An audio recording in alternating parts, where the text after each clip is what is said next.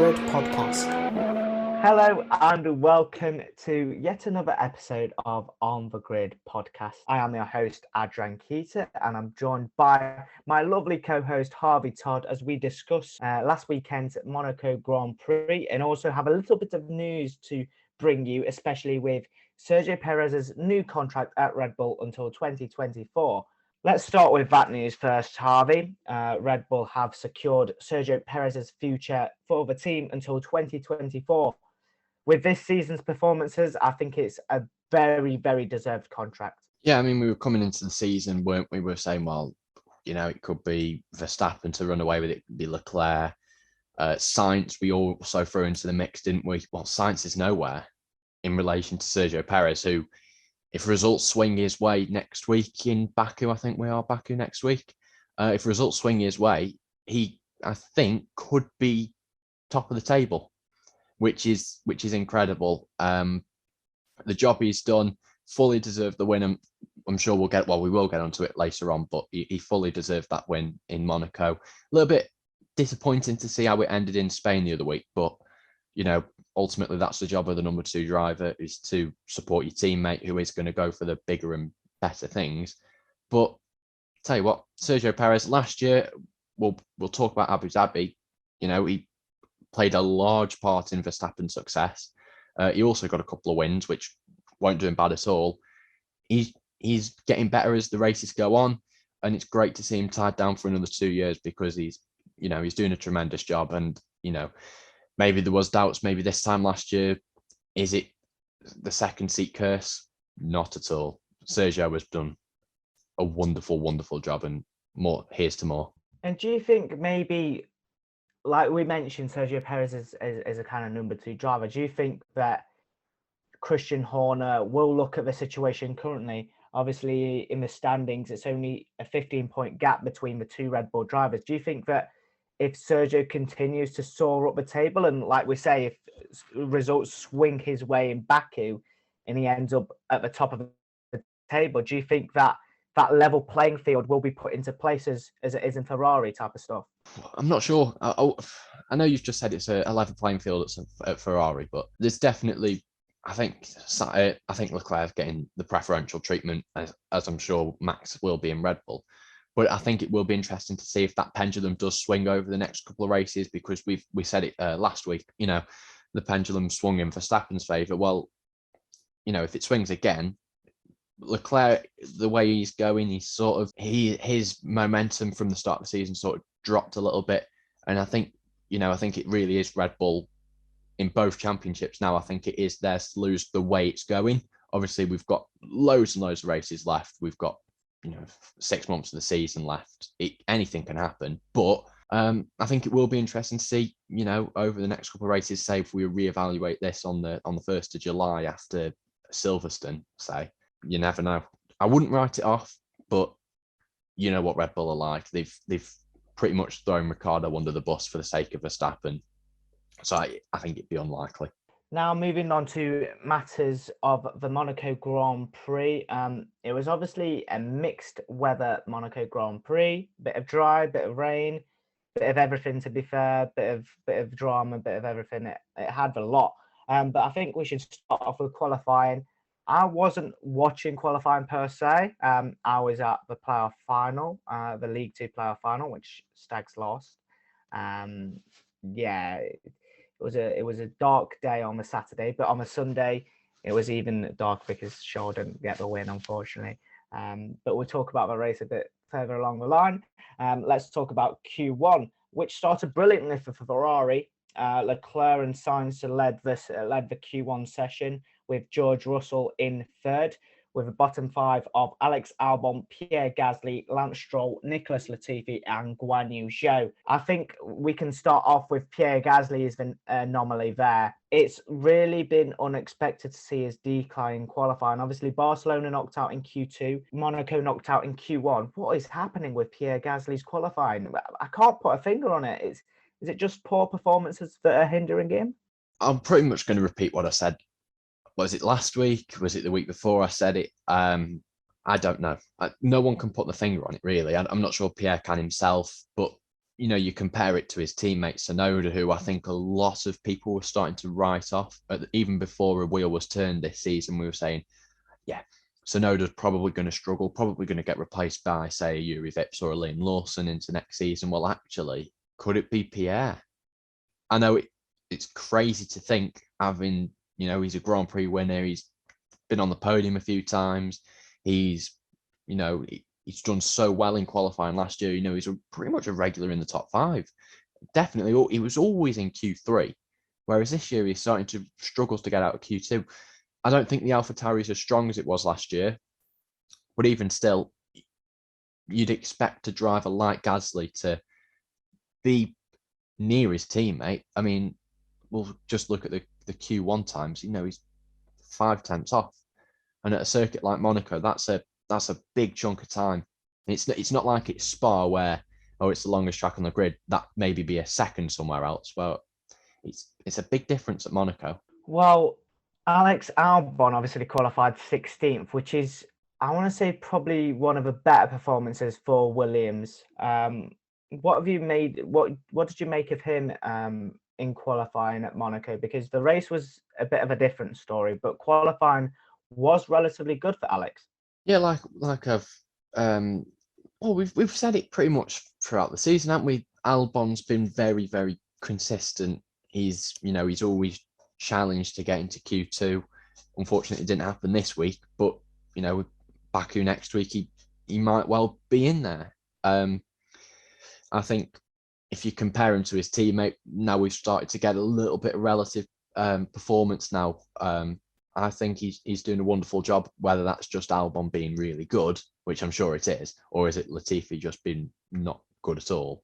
Well, we've said it's a common theme on this podcast. We do tell Latifi to go faster, but I don't think it's rubbing off in any way, shape or form. But no, Albon's been really good. I think it was I think it was harsh on him not to be on the grid at all last year, because I think there's definitely a driver there. He's a very good driver. Could definitely be a race winner had luck been on his side in times. But yeah, I'm a big fan of Albon. It's nice to see him do a good job when he's back, because for him the only way is up, I feel. And one final driver to pinpoint from Q1 was Guan Yu Zhou. Guan Yu Zhou regularly in Q2, knocked out in Q1, 20th place. Do you think that it's maybe just getting used to the F1 car, but didn't suit Guan Yu Zhou in Monaco? Because obviously he's had experience driving around Monaco in the junior formulas, but maybe it's just getting used to the big Formula One cars that was his downfall in qualifying last weekend.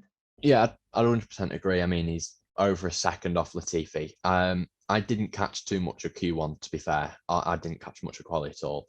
But you look at that and think, oh, rookie at the bottom, is he just trying to keep it out of the barriers just to get a good grid? Well, just get it on the grid instead of having to start from the pit lane with a new gearbox because he's crashed it somewhere. Comparing to F1 and F2 cars, they're a whole different beast, aren't they, really? F1 have got a lot more horsepower and a lot more, how would you say it? It's like, they're like a bull. If you compare like an F2 car, F2 cars, they look a bit of a handful to handle at times, but, they look a lot more tamer than an F1 car, as he found out in the race. It almost went sideways going into the Nouvelle chicane, I think it is. Moving on to Q2, and it was the man, the myth, the legend, Charles Leclerc on top again, dipping into the 111s with Sergio Perez closely following him and Carlos Sainz in third. The bottom 5 consisted of Yuki Tsunoda, Valtteri Bottas, Kevin Magnussen, Daniel Ricciardo, and Mick Schumacher. Let's talk about Pocket Rocket himself, Yuki Tsunoda. I think probably the best position he could have qualified was 11th. We've mentioned the AlphaTauri not being as good as last season. And do you think that 11th probably justified his position ahead of a Monaco Grand Prix? 100%. I mean, we've said it a bit this season as well, that the Alpines sort of rise to maybe, you'd probably say, best of midfield, maybe alongside McLaren, you'd probably say. I think that's gone completely under the radar, to be honest. I think Tsunoda's done a really good job to, he wasn't too far off Ocon, it was just over a tenth. So, yeah, I think he's done a really good job this season. Like I've previously mentioned, he's sort of proving everyone wrong a little bit. And, he looks really up for it this season. And I think we are coming up to a few tracks where we do have some bizarre races.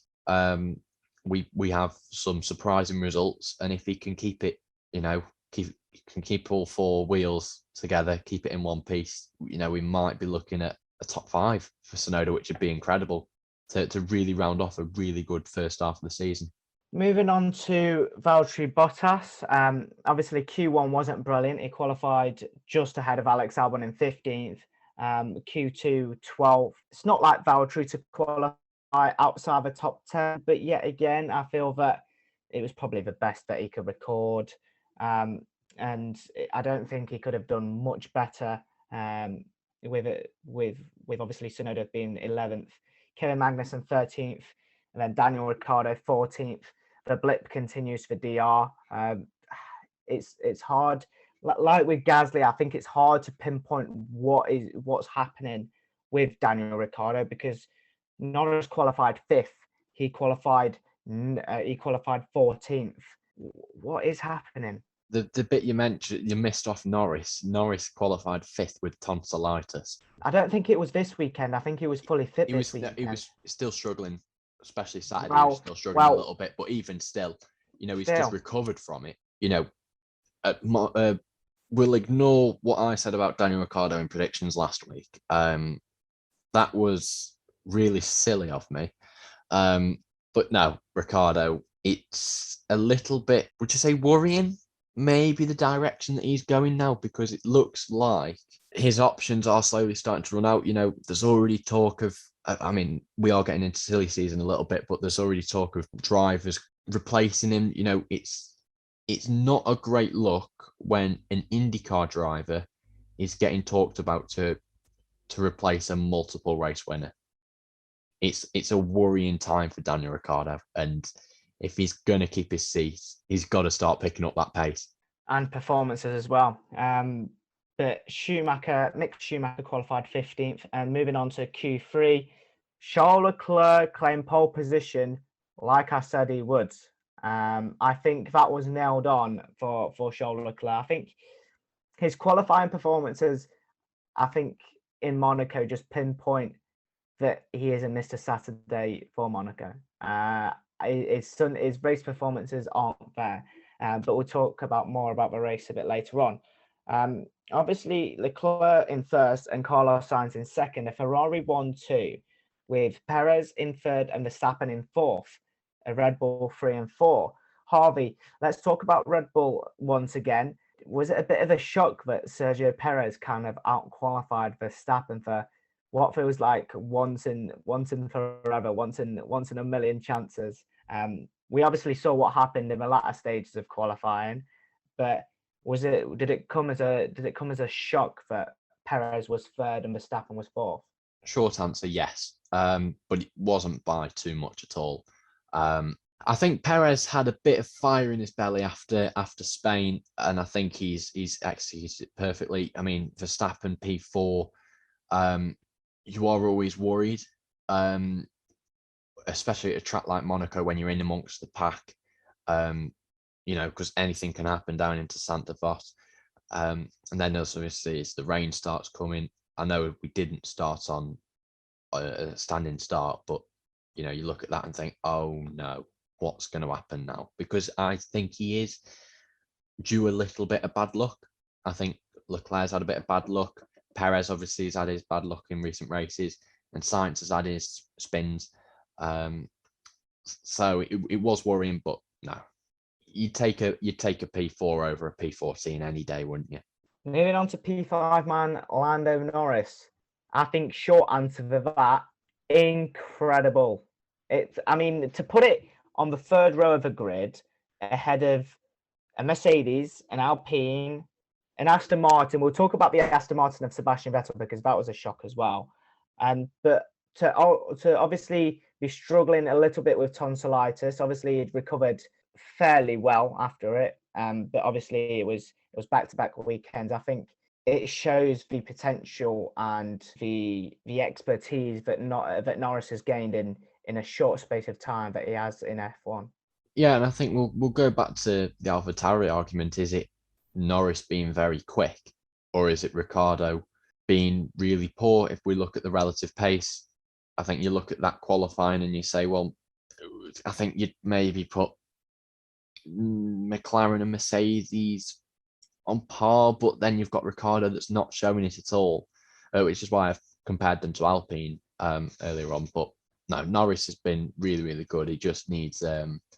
I think he is due another podium in especially in a couple of weekends. He's had a difficult period these past couple of races, but I think it'd be nice to see him on the rostrum in the near future. Obviously, P6 was Russell's, the usual. I don't think we need to mention George Russell there too much because he's consistently inside the top 5, top 6 on regular occasions this season. And then it then followed a tasty battle of multiple world champions. Fernando Alonso 7th, Lewis Hamilton 8th, and I'll probably say the shock of the session, Sebastian Vettel in 9th.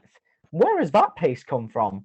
I mean, we've talked about Aston Martin not being there, but Sebastian Vettel just proved it that if you put your mind to it and if you have the expertise that Seb has, you can get inside the top 10 with ease.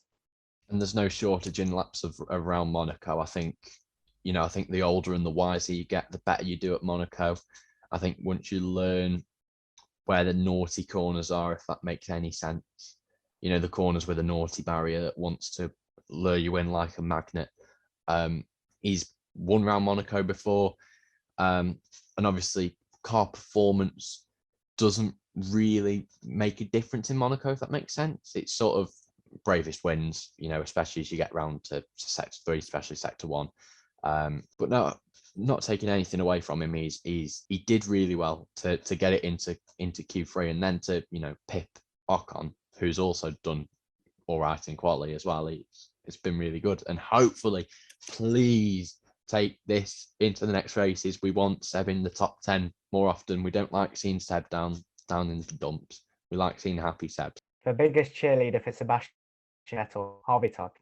Round of applause. But obviously, Sebastian Vettel came 9th, and it was Esteban Ocon that rounded out the top 10 before the race on Sunday. So moving on to the race, which was delayed by about an hour. I think it was just over an hour that it got delayed by. I think the first discussion that we should have before we even discuss the race, aren't the wet weather tyres there for a reason? I mean, the race directors are scared of injuries and stuff like that, but these guys are supremely talented, are the best of the best in the business for a reason. So why do they decide to go out, come in, go out again? Wet weather tyres are there for a reason, right? It's not just me. I think that thought the decision of the race directors to not start the race on time was ridiculous. I don't know why it was delayed. People say weather, but then there's other people saying that there's a power generator down or something in the area. I don't know whether I believe that, but if everything, I was watching the pictures from Monaco, so I assume it didn't affect the race that much. Then you've obviously got the conditions. Obviously, can the medical helicopter take off? I don't think it was that windy. I can't recall if there was any thunder in the air, so it could have flown. But then again, is it really worth the risk? Can you just wait an hour? It's a shame we didn't get the full race, because I think it would have been really interesting to see how that panned out. Not a fan of this. Oh, let's finish the race in under 3 hours. But no, I'm disappointed we didn't get the full race. But the main thing is that everyone was okay, and we got a race in the end. Yeah, I agree. I don't think I'm a massive fan of this 3 hour rule, because there's enough daylight to finish the race. So why not finish the race? There's obviously the support races started earlier. There's nothing else on. I think the only problem you might get then is if, say, we're in a Suzuka or a Malaysia later on in the season, if we get an absolute downpour, we will be looking at, daylight will go quite quickly. I mean, obviously last year we were due to have the Australian Grand Prix September, October time. If you look at then, if we'd have had a downpour, similar situation, you can't really run Albert Park under floodlights because there are no floodlights. I think that's the probably the only problem you'll have.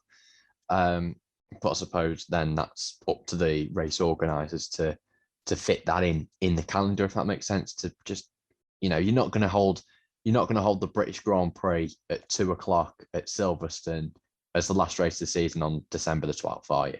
Because as we know, it will be dark by 4:00, which is why we obviously go to floodlit Abu Dhabi. We go to Brazil, which is in the southern hemisphere, where it's quite light for a while.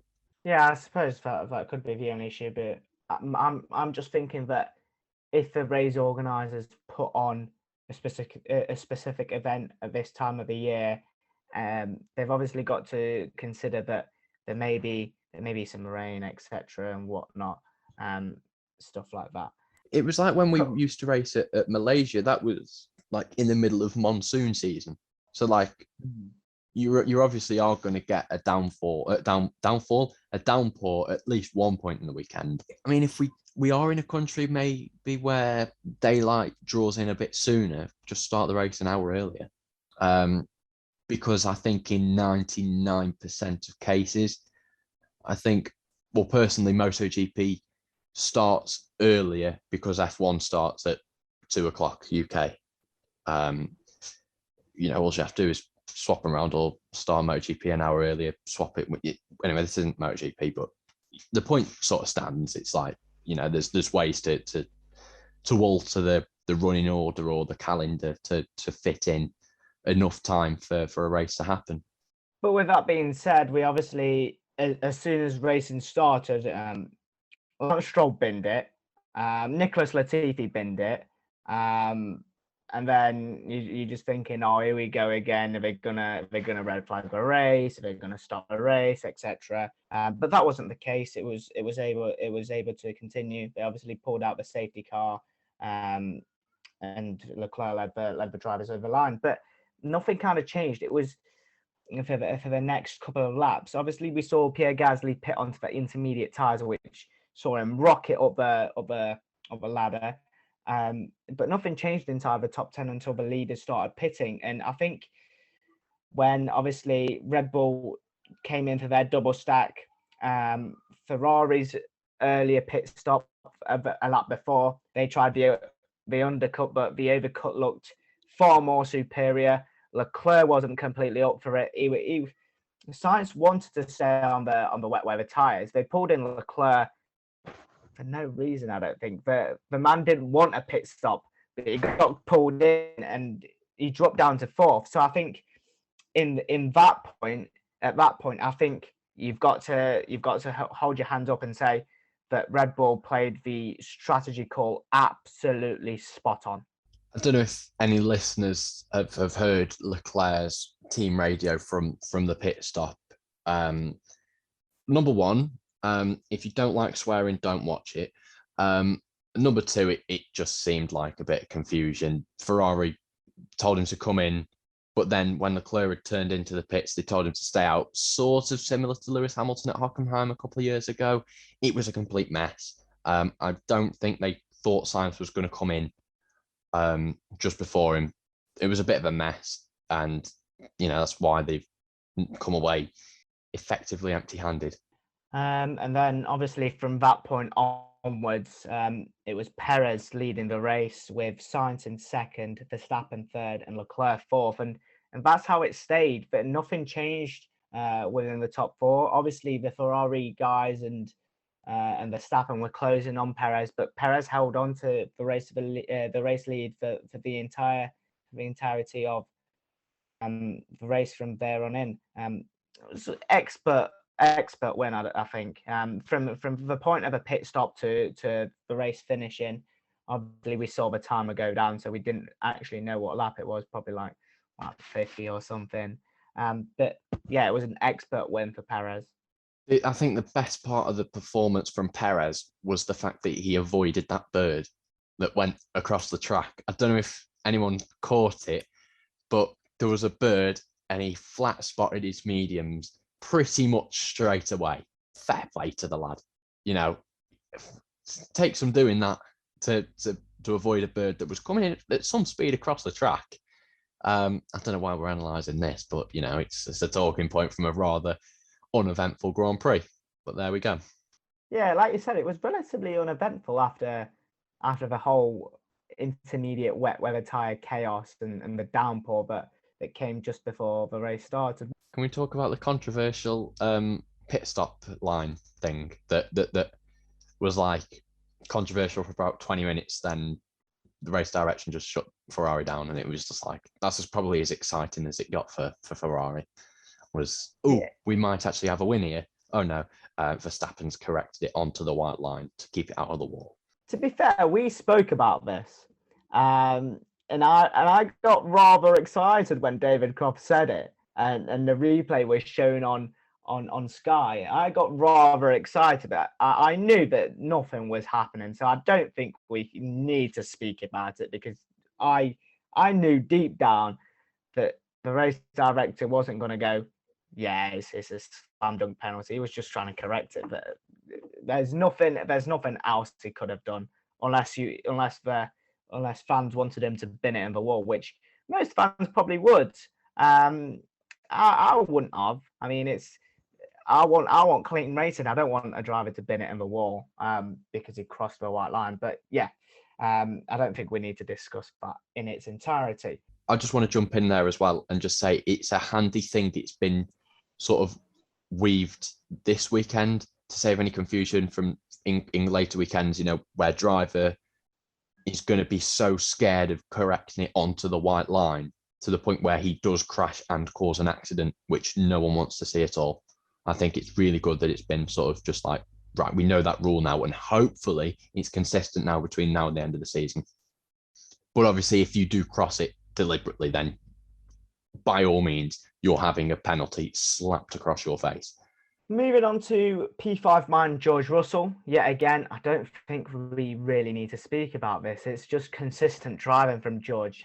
He's shown it for the start of the season that he's the only driver to score top 5 finishes for the entirety of this season so far. So fair play to him. He's doing a tremendous job. Lando Norris, same again. We spoke about his qualifying performance. We speak about his race performance as well. P6, the best he could do, especially with the pack that was behind him. But I think we should touch upon a little bit. Fernando Alonso, P7, saving his tyres, parking it, whatever you want to call it. I think that was the best bit of action we had during that race. In a very uneventful race, the man let the leaders just dip. The man let the leaders drive away, do their own thing. The top 6 just drove away, and he just pretty much parked it. Let him have a 30-40 second gap, saved his tires, did the job that he needed to do, and then just ran his race and finished P7. I think it's a good race for him, especially with. He didn't do his teammate a lot of favors with it, but he scored some valuable points for the team and himself. The funniest part about the Alonso train was Lewis Hamilton moaning because apparently he was driving dangerously. Now, this seems to be becoming a common theme with Lewis Hamilton. When someone in front brakes a little bit earlier than him, it's automatically dangerous. And then I'm not sure who his pit engineer was that race. Bono, is it Bono that race? He came on and basically said, no, there was nothing wrong with that. I'm going to now bow down to Bono. Love that. Yeah, I could go on a 20-minute rant about Lewis Hamilton and moaning. So I'll just leave it there and just say thank you, Bono, for saving us throughout that entire race. Yeah, I don't think our Lewis Hamilton fans will enjoy you ranting for 20 minutes about Lewis Hamilton. So I think it's fair to say that we'll steer away from the topic of Lewis Hamilton, who finished P8, and move on to talk about Valtteri Bottas in P9. Again, consistent, good race for Valtteri. Obviously, if it wasn't for the Ocon penalty, he would have finished in P10. But again, good points for Valtteri. It's what you need from him, especially with Guan Yu Zhou finishing plumb last. It was a hard race for Guan Yu, so no complaints there, I think, from his side. But moving on to the final points finisher, and it was Sebastian Vettel that finished B10. Happy Seb, points, 1 point it was, but happy Seb, thank you. Thank you for finishing in the points. Thank you for delivering us something to be happy about, because we don't want sad Seb, we want happy Seb. And I think P10 after qualifying P9, I think it's a fantastic race for Aston Martin and another valuable point in their Constructors' Championship battle. Yeah, obviously where you finish in a season does depend on your budget for the next season. So it's handy to, pick up a couple of points here and there, because obviously as it looks, they are sort of at the bottom. Obviously Albon's got a couple of points already at this point. So obviously they're not going to be they're not going to want to be at the bottom of the pit lane, are they? So obviously they don't want the smallest budget either, because with a driver like Sebastian Vettel, he'll want the very best. There's no ego with Sebastian Vettel, but when you've got a driver like Sebastian Vettel, you've got to satisfy them. And at the moment, obviously at the start of this season, it's been completely the opposite of that. But I think obviously Seb missed the first couple of races, and I think it's really started to build, especially with Seb. Lance, not so much. He's really struggling. I think maybe if you get another driver in next season, I think you're looking at a really good pairing. But Seb, I think as he's acclimatizing to these new cars, and I think as the season's going on, I think he's really starting to now. Yeah, I think he's definitely going to be in the points a bit more often, especially at some of the tracks where he's been successful at in previous years. Rounding out the finishes was Pierre Gasly, who finished P11. I think his charge back on the intermediate tyres was fantastic, only narrowly missing out on points. Esteban Ocon, after his 5-second penalty, finished in 12th. Daniel Ricciardo, miserable 13th for me. Lance Stroll, 14th. Nicholas Latifi, 15th. Guan Yu Zhou in 16th. He didn't actually finish plumb last. He finished 16th. Yuki Tsunoda finished plumb last. We talked about his fantastic qualifying. The race didn't really pan out that way for Yuki, so that was really unfortunate. The retirements from the race, Mick Schumacher, Kevin Magnussen, and Alex Albon. But as it stands, Red Bull do have the championship lead in both championships, the constructors and the drivers. Max Verstappen on 125, Charles Leclerc on 116, Sergio Perez on 110, George Russell on 84, and Carlos Sainz on 83. But that's all we have time for in this episode of On The Grid Podcast. Thank you very much for your continued support on the podcast episodes, on the Twitter, on Instagram. It's much appreciated. Obviously, thank you to Harvey for joining me on this episode. We'll be back next week previewing the Azerbaijan Grand Prix. In the meantime, follow us on Twitter, Instagram, TikTok, YouTube, and our anchor. Thank you for listening, and goodbye.